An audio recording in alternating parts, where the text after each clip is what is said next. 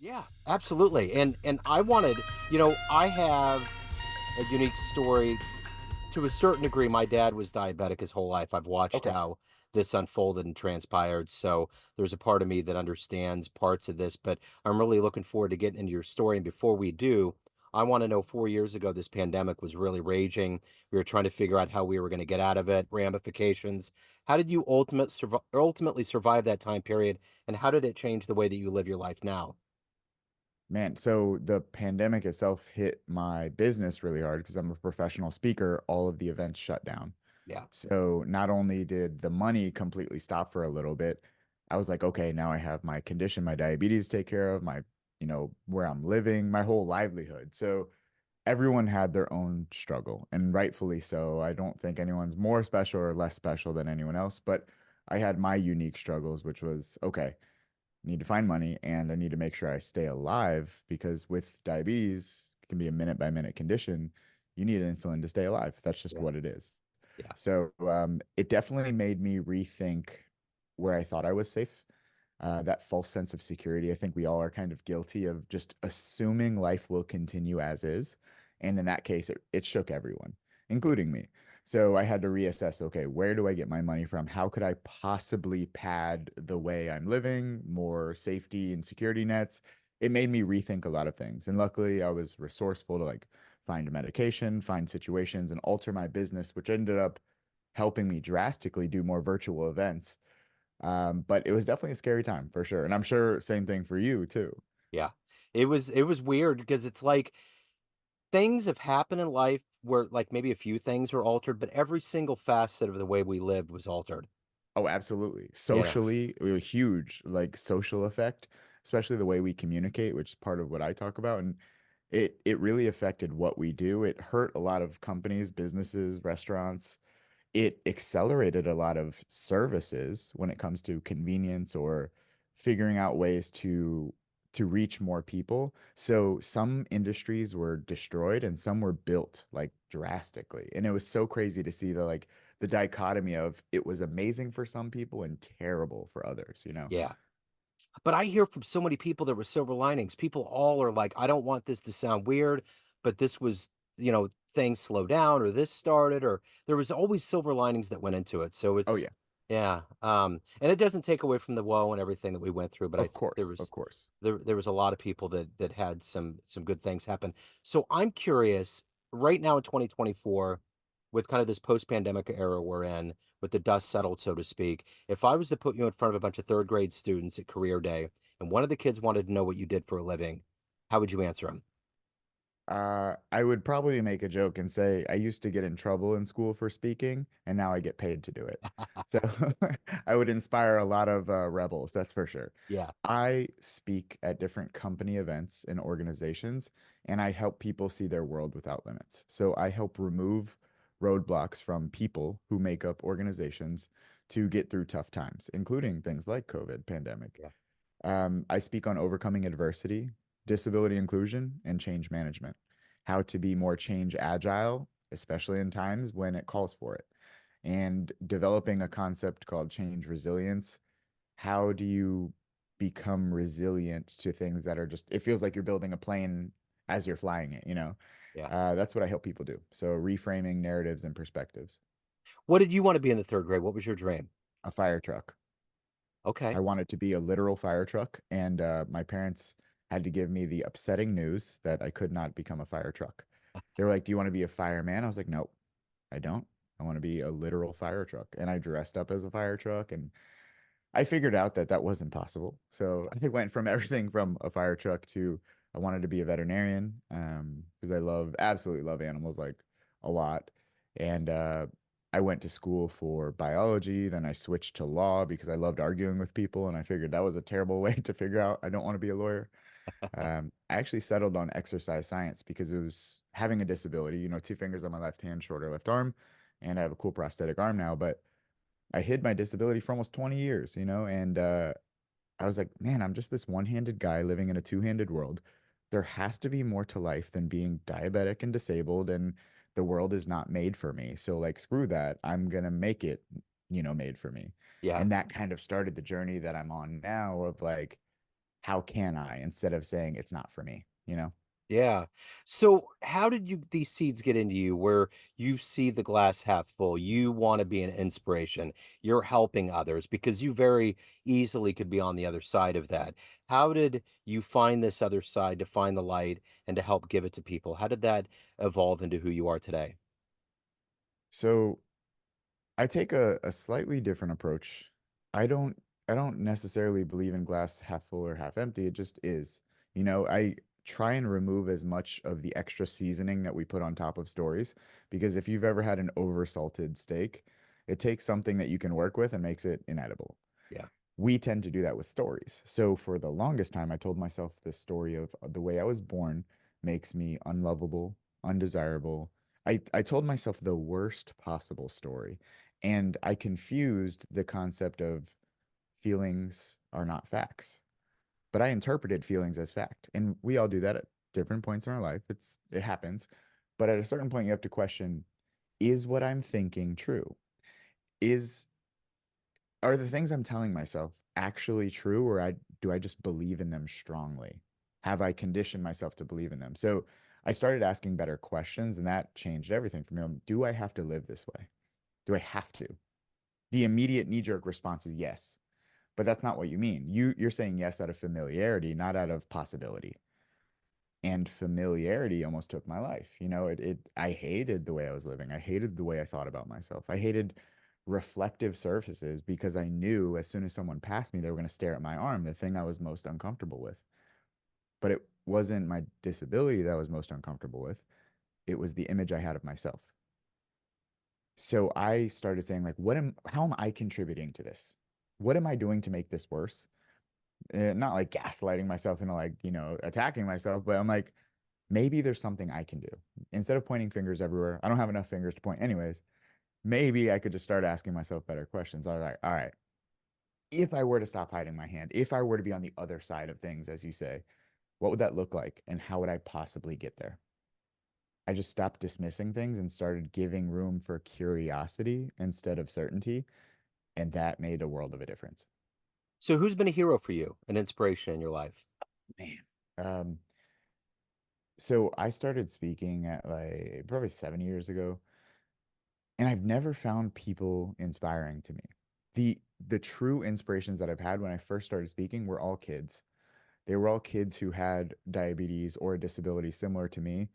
And I think just watching them play or talk or exist, not hiding, that is the wildest thing for me. The first ever kid that had like the greatest impact on me, this kid whose name was David. I was in school, just did exercise science, and I was going to the gym and working out. And a mom came up to me and she's like, "Hey, I know this is really weird, but I would love for you to meet my son, David." And I'm like, "All right, that's okay. I don't really understand." It's like, my son, he's 11 years old. He has cerebral palsy and he can barely walk or talk, but I just feel like you would be able to help him. And I'm not a guru, or I don't know. I'd be glad to meet him. And I fell in love with this kid. I started training him every weekend. I would go to their house and work out with him, and different kinds of workouts. I would set up cone drills and grab around his braces on his legs so he could kind of walk around them. He would always try by himself and he would always fall. And every time he fell, he would laugh. He would try and get back up. I'd help him and we'd do it again over and over and over. And he had so much fun. I would literally set up a soccer goal outside because he loved soccer. And I would grab around his legs and help him kick the ball. And 9 times out of 10, he didn't make it in. Um, but every time he celebrated, it was Yeah. it was crazy to see. But one day he came home from school and he was like, "These kids are making fun of me for the way I talk." And that was the day I saw him. And I'm like, I'll drop kick him, like I'll get him. And before I could finish my threat, um, he pretty much said, "But it's okay. They don't define me, you know." Yeah. And this 11-year-old kid had learned something that took me 27 plus years to learn, and I'm still learning, is like the story we tell ourselves about ourselves matters more than what's happening on the external world coming in, Mhm. you know? And he ran on the beach for the first time after working with him for like 2 years. And it wasn't perfect, but his parents still to this day write me, and they're so thankful that I saw him as David, not Yeah. as a kid with cerebral palsy, Yeah. not as patient 47. So it was really cool. My son's on the spectrum, so I'm around the Special Olympics community, I'm around the special needs community, and I think that's the thing when I'm so close to it, I've been so close to it for a while, when people come from the outside, they don't see all these fanatical parents that are wanting them to be the best and Yeah. all of that. There's something that's very, that's very there's a humanity that runs through that community that strips away all of these things that we deem important, and they do see things differently. So for him to express it in such a way, that's just daily life. It's not an Yeah. aphorism, it's not some massive thing etched in stone. It's just a philosophy that's been groomed from birth. I remember one time my son was at an event and saw somebody that didn't have arms, and I was trying to caution him, and he was going up and he was asking like, "What happened?" And the guy was like, "No, it's okay," because I was trying to stop him, and he was like, "I don't know any different." Just had a conversation with him about it, and I think that's the thing that's very inspiring about the human condition is that we can read each other and go the appropriate way to explain things. But Absolutely. I but love even that. yeah, even the way he explained it was just like, this is just the way that I live my life. I remember one time when it really hit me is like something spectacular was there was a man that didn't have arms, and he walked into a Wendy's and got a salad, and he got it to the table on his own. He literally leaned back and grabbed the fork and grabbed a knife and started going for it and was eating, and it was just something you just don't usually see, but it was like it wasn't a big deal. He didn't need Yeah, for anybody him, helping that's him. normal. Yeah, And yeah, that's something we battle in the disability space a lot. Because part of what I speak on is like ableism and all that. Um, we call it inspiration porn, where people see something like that and like, oh my God, I'm so inspired. Look, if he can do it, I can do it too. Like, that's at the expense of someone's condition. It's one yeah, thing to be like, wow, that's impressive, which it is. yeah, It's another thing to utilize that for marketing materials. And we do it, unfortunately, in society all the time now. So it's something that we're looking to change and kind of change the narrative around disability being normalized. It's a part of life. One in yeah, four people have a disability. And yeah, if you don't have a disability, you will at some point in your life, more than likely, statistically. So yeah, I think normalizing that is super important to me. And I'm big on change. That's part of what I teach. So it's cool to see more people just accepting that in places like Target and Walmart. They're using people representation of disability without making it overly emphasized, yeah, without yeah, making it like a tokenism thing. It's just it's normal. yeah, Aerie has someone with a continuous glucose monitor on, and it's not a call out. You just happen to notice it. yeah, And I love that it's not a focus, because it doesn't need to be. We're humans first. yeah. I've always, I've had people that have asked, when you get into situations where the public's looking at you, how do you deal with it? I don't even, it's not even on my radar. Yep, When Miles does something or he asks something or he's something that's uniquely him, it's like I just let him be who he's going to be, that's it. and that's it. It's just like I'm not gonna, I just don't see it. And people are really, really good to him, and That's they, great. they recognize it real quick. It's pretty quick because he's worked on speech therapy throughout his life, so they recognize it real quick, and they're really good about taking care of him. So it's always relieving that we do live in a more cognizant world of acceptance, which is great. I love that. It's cool to see people just get it, and there's still a lot of people who don't, but I think more and more today it's just the acceptance. And I hate that we have to even talk about acceptance because it should already exist, but let's give it credit where credit is due. Yeah, People are doing much better with seeing it, and you can't have experience with something you've never seen or you don't know. yeah, So there's always going to be that wonder and that curiosity, which I get, but as long as it's laced with respect, yeah, completely fine. yeah. So if you could meet anybody alive on the planet right now that you find fascinating, who would that be? Who would you love to meet and talk to? Oh man, first two people that pop up in my head are Mel Robbins or Jay Shetty. Yeah. Mel Robbins, I absolutely love what she has built. I love the way she comes about it. She seems very authentic. I don't know her, but I would love to have a conversation with her. Jay Shetty, same thing. And I did meet over the phone Brianna Weiss, who's one of my favorite authors. So definitely in the world of those types of people, I would love to pick their brain, and not from a business perspective, but more from a philosophy perspective. Yeah, for sure. So what is the motivation for you to do the work that you do, to get up every day, to help others, to present your story and to see people get to a better place? But you also have to evolve as a human. What is that gas in your tank? So I noticed this more and more as I was finishing my book. I have a book coming out later this year, and it's all about change and stuff. But I noticed I was like, why am I writing this? Why am I doing this? I had that moment where I'm like, I have to have a reason. Honestly, it's to be the person I never really had growing up. Whether that is a kid who's 18 needing to read the book or listen to one of my talks or just talk with me, or it's a 45-year-old person who has went down the path that I would have continued down. Yeah. I want to position people to get the quality of life that they deserve. And I truly believe that is through things like changing the narrative, changing your language to change your life, and creating sustainable change processes because change is hard. I needed that change, and it took me 17 years to change. Yeah. If I can shorten that by a day, let alone a year or a decade, that will always drive me because I Yeah. can't imagine, hindsight is 2020. I can't imagine what life would have been like if I had the mindset I had now at 14, Yeah. 16, 18, 21. You know, I Yeah. couldn't imagine. And I'm Yeah. sure it would be great, but I went on the path that I went on, and I'm not regretful of it. But if I can help use that, that's my biggest driver. So what's the best advice you've ever gotten? You teach best what you need to learn most. Wow. That a teacher said that to me in high school. Um, and that it just rang. It rang in my head over and over and over. I'm like, we are so damn good at pointing fingers. We're so good at telling people what to do.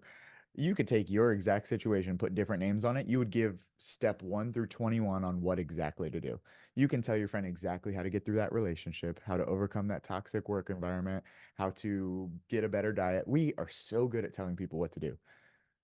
You teach best what you need to learn most. It's not that you don't know how to do it. It's that we don't have the responsibility or the discipline to do it for ourselves. But we will damn sure hold someone else so accountable for not doing the right things, Yeah. you know? So that I always consider that in my head.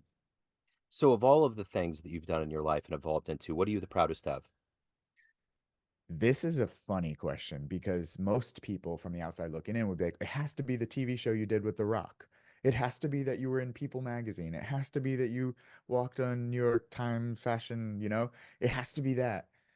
No, it's not. It that was great. All of that stuff really cool. Breaking the world records. Super cool on paper. Yeah. For me, literally going into Walmart without hiding my hand anymore. And I'm not even talking about Target. I'm talking about Walmart of all Yeah. places. Like Right.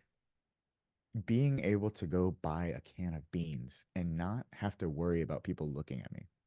My entire life before I stopped hiding my hand, I was so calculated and intentional. How am I going to walk into this place? How can I turn to make sure no one looks? Shove my hand in my pocket, keep a glove over my hand. How can I pretend like nothing is wrong? Wear long sleeves, even if it's super hot. Like hide, hide, hide, hide, hide. Everything. It was like a Navy SEAL of movement, but for normal life. Yeah. It was exhausting. So now to do normal activities without needing to cover up it's so freeing. Even to this day, it's been 6 years, 7 years, and it's something most people take for granted, and it's not their fault. But I'd like to remind people, like, hey, if you walked into a store today and you didn't worry about someone looking at your left hand, like you're doing pretty good. So of all of these lives that you've touched and speeches you've had and people that you've interacted with, what's one of your favorite responses or fan letters that you've gotten from somebody? So again, it always, which is crazy right now. I mostly speak to corporate audiences and associations. I still do some kids talks, but it's more pro bono stuff. But all of the most impactful stuff to me involves a kid. And one of them, it was one of the first years I was speaking at a diabetes event. And right before I went on stage, a dad came up to me and he was like, "Hey man, I know I don't mean to hit you with this, but like my kid got diagnosed with diabetes and he doesn't want to be here anymore." And I was like, "Man, that's heavy." And like that's right before I'm going on stage, you know? So I go on stage, I talk, I see the kid, he pointed him out, and I was just talking normally, you know, doing my thing. And I ended up meeting the kid and I invited him to go to lunch. We went to lunch and we didn't talk about anything mental health. We didn't talk about anything diabetes we joked about, but really we're just two bros hanging out. Like I was just hanging out with them and I saw him. I allowed him to see me and I saw him. And after that event, I was like, man, I hope he's doing good. But at the end of the day, even when you put out a podcast like this, you can only hope people take the information. You can't you can't be a tugboat for everyone. Sometimes you just got to be a lighthouse and like bring them to shore, but it's up to them. Yeah. So I really hoped. A year later, I got an Instagram message, and it was a kid in push-up position. I'm like, what is this? Um, he was doing push-ups, and he's like, hey, Chris, I just want to let you know, like, thank you so much for everything you did for me. I'm like, I had lunch with you. I am now doing this like type 1 diabetes leadership stuff and I'm teaching other people how to be like effective in diabetes and I'm like running all these camps and I'm doing so much better with my diabetes, my blood sugar management. He's like, I want to be jacked like you. And I'm like, that one moment, the Yep. smallest moment, not the stage, nothing, just the moment changed that kid's path. Like it reminded me that at all times you are a mentor to someone, whether you know it or not. People model behaviors and how you react and respond to things teaches other people lessons. It teaches other people things. Even the simplest things, how you go to the grocery store, how you complain about traffic, like all of that. Kids, friends, bystanders, people see that and they feed on that. And it made me realize like I want to be a mentor to other people because I wish I had that growing up, you Yeah. know? So that moment was super powerful. Yeah. So let me ask you this. If you had a dream tonight and ran into the 18-year-old version of you, and you could give that young version of you a piece of advice based on the life you've lived, the wisdom you've gained, what advice would you give that young version of you? Well, that version of me might tell me some curse words, and be like, you don't know me. But if he were to listen, I would definitely say, hey, man, it gets better. Yeah. It gets better and it doesn't have to be as bad, you know? Um, just because you get a flat tire doesn't mean you should set the car on fire. And I was like, if only you stopped making things worse. I have a painting. I just moved, so things are in chaos. But I have a quote that I love from Seneca, the Stoic philosopher, and it says, "We often suffer in our imagination more than we do our reality." I Yeah. would share that, and I would say, "How is that? How might that ring true in your life right now?" Because Yeah. I know personally, it definitely rang true. So that's what I would share. So you're clearly a man and a professional that's found your voice and your calling. When did you know you had that? What was the moment that you were like, this is what I'm here to do? I think because I don't know when it started, but I think because I was different, like physically, and people made that very apparent, I leaned into being different. I was the kid who wanted to sell lemonade, and I'll never forget. I had a lemonade stand, and the mail driver like came up, bought the lemonade. Three houses down, I saw him pour it out, and I was like, okay, it wasn't. We should probably add sugar to this. Um, I sold donuts in class. Like I guess I always had the mind of like, oh, this makes sense. My mom one time paid me $20 to mow the yard. So I paid the neighbor $10 and I kept $10. And like that made sense to me. She yelled at me. Yeah. Um, I've always wanted to do something like against the grain, I guess. Maybe because I saw my parents struggle and I didn't like that concept of working your life away and not having time. Um, but my dream job on those secret questions, what's your dream job, was motivational speaker. And I didn't even know what that meant. Yeah. So I feel like I've always kind of known I loved being in front of crowds, but I didn't like being in crowds. I would perform on stage as like a drama or drum line. I played drums, I danced, I did all kinds of weird stuff that wasn't conventional. I was never the sports guy. I was never the beer drinking guy. Like I played chess and I did weird stuff. Um, the first time I ever spoke at a diabetes event, a buddy invited me. And after I did it, people were like, that was great, but I knew I could do better. And I got hooked because of that was so much fun. I felt the impact, but I can do much better than that. I Yeah. know I can. And from that moment, my career was like, this is what I'm doing. Yeah. So let me ask you this. Everyone out there has a perception of you. They see you in a different light. Family, friends, everyone at the events, everyone in your world, but you run the show. What's your perception of you? Who do you think you are? That's a very interesting question. I've never been asked that. That is fantastic. Um, I think I'm a normal person. And that's probably the biggest struggle I face is people see the followers on social media or they see all the PR and everything I've done on paper and like, oh my, you're this, you're that. I'm Chris. I love just having a normal conversation. I love being able to treat people like equals. I don't think I'm better than you. I don't think you're better than me. Whether it's The Rock or a janitor, everyone is on the same playing field. Some people are more fortunate. Some people have exploited their skills better, you know. I just see myself as a regular guy wanting to give back and talk, and I make mistakes just like everyone else, but I've focused on communication and storytelling internally and externally to help people. So I see myself as a storyteller who gets paid to impact people, and I love that. So if anyone out there wants to dive more into your world, see you speak any of the good business, where's the best place to go? Absolutely. So my name is Chris Ruden. So anywhere at Chris Ruden on social, Instagram and YouTube are like my biggest socials, but also LinkedIn. My website is chrisruden.com. And I have a book in pre-order right now on Amazon called The Art of Changing Course. So feel free to support, drop by, send me a message. I'm always down for a conversation. Man, you're the kind of cat that my son Miles would totally gravitate towards. I would Like, love to connect. So please. yeah, totally. Yeah, he would just have all kinds of questions, and it wouldn't be from what you would think, from all the things that you would think. He would just come up on a cellular level. And I think that's the thing that's always so inspiring about him is that it strips all of that away whenever I see him go up to someone because it's just not he's just not bespeckled by what we typically are as humans. He's No, he really has a into like, genuine interest in what he wants, and I love that because it's not yeah, the conventional like, oh, fame or fortune or any right, of that. He's like, is that carbon fiber? right. Like on my prosthetic arm, and like those kind of questions, they're so focused, and I like that because it's a genuine curiosity, Oh yeah, not just, oh, I want you're weird. He's genuinely interested, yeah. and we need more of that genuine curiosity. But he would be into your shoes. He would be like, I "Where'd you see. I get that love shoe?" that. I love He that. he, he does that to everybody. He's like, "Nice outfit," and it always kind of throws people off because he'll say it to anybody of any age, and they'll just kind of look over, and he's like, "Nice shorts," and they're like, "Oh, thanks," and you can just They're kind of not used to see, getting compliment. We're not no, used to getting compliments, and I yeah, love that. We yeah, need more of that. I Like know, being able to compliment a stranger and have it not be weird. yeah, I hate that it's supposed to be weird now. Like it's I know. we should be able to say to someone else, "Hey, I really like that." And they're like, "Thanks." That's That's it. simple.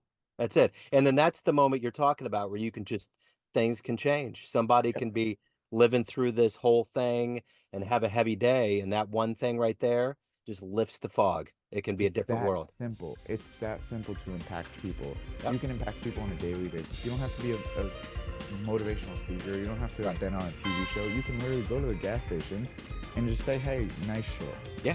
It's literally that simple. That's it. That's it. Chris, this has been so good, man. So illuminating. Thank you. Thank you for your work. Thank you for your story. Keep doing the wonderful work out there, man. I appreciate you having me, man. Thank you so much, and thank you for doing what you're doing because this Thank you. impacts people on a greater level. So I hope everyone knows the kind of value they're getting from me. Well, I love it, man. I feel like I'm standing on the shoulders of giants, so it's good. It's all good. Appreciate you, man. Thank you, man. Take care.